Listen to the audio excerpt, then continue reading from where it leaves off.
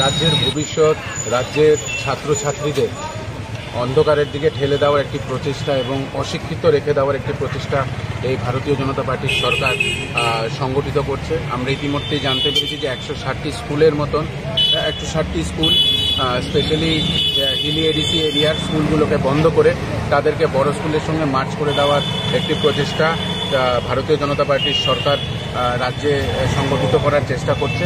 আমরা ত্রিপুরা প্রদেশ যুব কংগ্রেস এবং এনএসইউয়ের তরফ থেকে এই মার্জকে ধিক্কার জানাই।